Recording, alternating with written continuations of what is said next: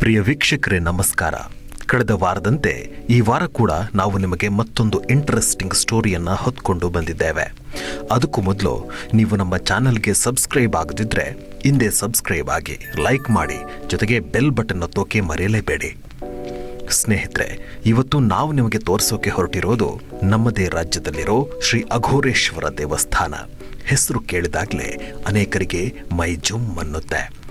ಅದೇ ಥರ ಈ ದೇಗುಲದ ಪವರ್ ಕೂಡ ಅಷ್ಟೇ ಅಘೋರವಾಗಿದೆ, ವಿಸ್ಮಯಕಾರಿಯಾಗಿದೆ. ಅಂದಹಾಗೆ ಈ ದೇವಸ್ಥಾನ ಇರೋದು ಶಿವಮೊಗ್ಗ ಜಿಲ್ಲೆಯ ಇಕ್ಕೇರಿ ಸಂಸ್ಥಾನದಲ್ಲೇ. ಸ್ನೇಹಿತರೆ, ಇಕ್ಕೇರಿ ಅನ್ನೋ ಈ ಹೆಸರು ಸಾಮಾನ್ಯ ಹೆಸರೇನಲ್ಲ. ನೂರಾರು ವರ್ಷಗಳ ಹಿಂದೆ ರಾಜವೈಭವದಿಂದ ಮೆರೆಯುತ್ತಿದ್ದ ಊರು.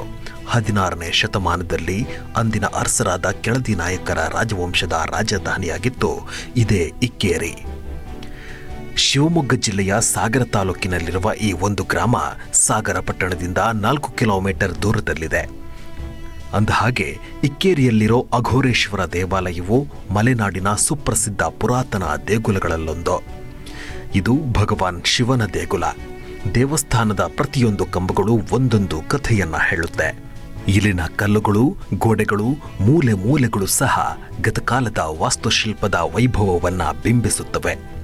ಈ ದೇವಸ್ಥಾನದ ಆವರಣದಲ್ಲಿಯೇ ಅಘೋರೇಶ್ವರ ದೇಗುಲದ ಮುಂದೆ 200-300 ವರ್ಷಕ್ಕೂ ಹಿಂದೆ ನಿರ್ಮಿಸಲಾದ ನಂದಿ ಮಂಟಪ ಇದೆ. ಈ ನಂದಿ ವಿಗ್ರಹವನ್ನ ಆಗಮನ ಶಾಸ್ತ್ರದ ಪ್ರಕಾರ ಮಾಡಲಾಗಿದೆ. ಪಶ್ಚಿಮಕ್ಕೆ ಅಖಿಲಾಂಡೇಶ್ವರಿ ಅಮ್ಮನವರ ದೇವಾಲಯವೂ ಇದೆ. ಸ್ನೇಹಿತರೆ, ಇಕ್ಕೇರಿಯ ಇತಿಹಾಸವನ್ನ ಮೇಲ್ನೋಟಕ್ಕೆ ಕೆಣಕೋದಾದರೆ, ವಿಜಯನಗರ ಅರಸರ ಕಾಲದಲ್ಲಿ ಕೆಳದಿಯನ್ನ ರಾಜಧಾನಿಯನ್ನಾಗಿರಿಸಿಕೊಂಡು ಇಕ್ಕೇರಿಯು ಬಹುಶಕ್ತಿಶಾಲಿ ಸ್ವತಂತ್ರ ರಾಜ್ಯವಾಗಿ ಹೊರಹೊಮ್ಮಿತು. ಕ್ರಿಸ್ತಶಕ 1499ರಿಂದ 1544ರಲ್ಲಿ ಚೌಡಪ್ಪ ನಾಯಕನ ಕಾಲದಲ್ಲಿ ಇಕ್ಕೇರಿಯು ಕೆಳದಿ ಅರಸರ ರಾಜಧಾನಿಯಾಯಿತು. ಅಂದಿನಿಂದ 1639ರವರೆಗೆ ಕೆಳದಿ ಅರಸರ ರಾಜಧಾನಿಯಾಗಿ ಇಕ್ಕೇರಿ ಮೆರೆಯಿತು. ಕ್ರಿಸ್ತಶಕ 1639ರಲ್ಲಿ ವೀರಭದ್ರ ನಾಯಕನ ಆಡಳಿತ ಕಾಲದಲ್ಲಿ ಇಕ್ಕೇರಿ ಸ್ವತಂತ್ರ ಸಂಸ್ಥಾನವೆನಿಸಿತು ಅಂತ ಇತಿಹಾಸದ ಪುಟಗಳಲ್ಲಿ ದಾಖಲಾಗಿದೆ. ಅಂದಹಾಗೆ ಕೆಳದಿ ಅರಸರಾದ ಸದಾಶಿವ ನಾಯಕನ ಕಾಲದಲ್ಲಿ ಆರಂಭವಾದ ಇಕ್ಕೇರಿಯ ಅಘೋರೇಶ್ವರ ದೇಗುಲದ ನಿರ್ಮಾಣ ಕಾರ್ಯ ವೆಂಕಟಪ್ಪ ನಾಯಕನ ಕಾಲದಲ್ಲಿ ಅಂತ್ಯಗೊಂಡಿತು. ಕ್ರಿಸ್ತಶಕ 1547ರ ವೇಳೆಗೆ ದೇವಸ್ಥಾನದಲ್ಲಿ ಅಘೋರೇಶ್ವರ ಮೂರ್ತಿ ಪ್ರತಿಷ್ಠಾಪನೆ ಮಾಡಲಾಗಿತ್ತು. ದೇವಸ್ಥಾನವನ್ನ ಹೊಂಬುಚದ ವೆಂಕಟಯ್ಯ ಎಂಬ ಶಿಲ್ಪಿ ಕಟ್ಟಿದನೆಂದು ದೇಗುಲದಲ್ಲಿನ ಕಲ್ಲಿನ ಮೇಲಿರುವ ಹಳೆಗನ್ನಡದ ಬರಹವೊಂದು ಹೇಳುತ್ತೆ. ಈ ಶಿಲ್ಪಿಯ ನೇತೃತ್ವದಲ್ಲಿ ಸಾವಿರಾರು ಜನರು ಕೆಲಸ ಮಾಡಿ ದೇಗುಲವನ್ನ ನಿರ್ಮಿಸಿದ್ದಾರೆ. ಅಘೋರೇಶ್ವರ ದೇಗುಲ ಕಟ್ಟಿಸಲು ಸುಮಾರು 50 ವರ್ಷಗಳೇ ಬೇಕಾಯಿತು ಎಂದು ಇಲ್ಲಿನ ಅರ್ಚಕರು ಕೂಡ ಹೇಳ್ತಾರೆ.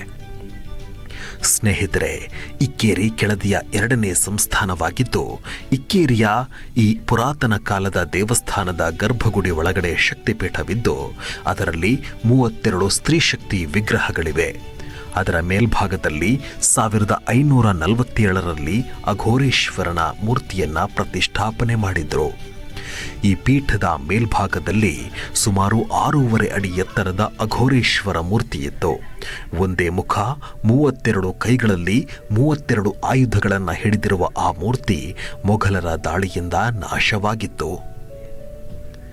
ದೇವಸ್ಥಾನದ ಒಳಗೆ ನವರಂಗ ಮಂಟಪವಿದ್ದು, ರಾಜರ ಕಾಲದಲ್ಲಿ ನೃತ್ಯ, ಸಂಗೀತ, ನಾಟ್ಯಗಳು ಸೇರಿದಂತೆ ಕಾರ್ಯಕ್ರಮಗಳು ಇಲ್ಲಿ ನಡೆಯುತ್ತಿತ್ತು ಎಂದು ಹೇಳಲಾಗುತ್ತೆ.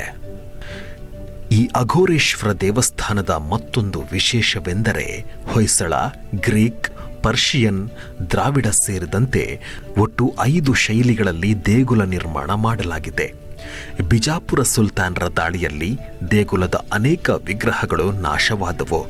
ಈಗಲೂ ನಾಶವಾದ ವಿಗ್ರಹಗಳು ದೇಗುಲದ ಆವರಣದಲ್ಲಿದೆ.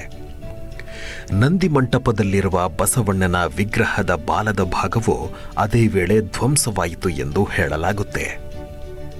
ಅಘೋರೇಶ್ವರ ದೇವಾಲಯವು 16ನೇ ಶತಮಾನದಲ್ಲಿನ ಕೆಳದಿಯ ವಾಸ್ತುಶಿಲ್ಪದ ಮೇರುಕೃತಿಯಾಗಿದ್ದು, ದಕ್ಷಿಣಾಭಿಮುಖವಾಗಿ ಕಟ್ಟಲ್ಪಟ್ಟಿದೆ. ತಲವಿನ್ಯಾಸದಲ್ಲಿ ಗರ್ಭಗೃಹ, ಅರ್ಧ ಮಂಟಪ ಕಟ್ಟಲಾಗಿದೆ. ಗುಡಿಯ ಮುಂಭಾಗದ ನೆಲಹಾಸಿನ ಮೇಲೆ 3 ಕೆಳದಿ ಅರಸರ ಚಿತ್ರಣವಿದೆ. ಗರ್ಭಗೃಹದಲ್ಲಿ ಒಂದು ದೊಡ್ಡ ವೇದಿಕೆ ಇದ್ದು ಅದರ ಮುಕ್ಕಾಲು ಭಾಗದಲ್ಲಿ 32 ದೇವಿಯ ವಿಗ್ರಹಗಳಿವೆ. ಇವುಗಳನ್ನು ಶಕ್ತಿಪೀಠಗಳು ಎಂದು ಕರೆಯಲಾಗುತ್ತೆ. ಹಾಗೆಯೇ 32 ಬಾಹುಗಳೆಲ್ಲ ಲೋಹದ ಶಿವನ ಮೂರ್ತಿಯೂ ಇದೆ.